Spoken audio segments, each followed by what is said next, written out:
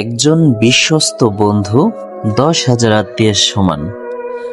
দামি হোটেলে, লম্বা রাস্তাঘাট, সবকিছু তখনই অর্থপূর্ণ হয় যখন পাশে থাকে সেই প্রিয় মানুষগুলো, যাদের সঙ্গে এক কাপ চা হয়ে ওঠে স্বপ্নের মতো। এই ফ্যামিলিটির শুধু ভ্রমণ নয়, এটা ছিল একটা ভালোবাসার যাত্রা, বিশ্বাস আর বন্ধনের নিঃশব্দ প্রতিচ্ছবি।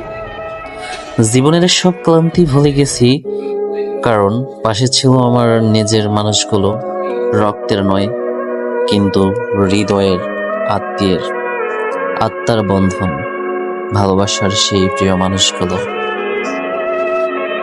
বন্ধুত্ব এমন হওয়া উচিত যে রাত 3টা বাজে ডাক দিলে তার ডাকে সাড়া দিবে, তাকে বলবে না যে একটু পরে আসছি। সেটাই হলো আসল বন্ধুত্ব।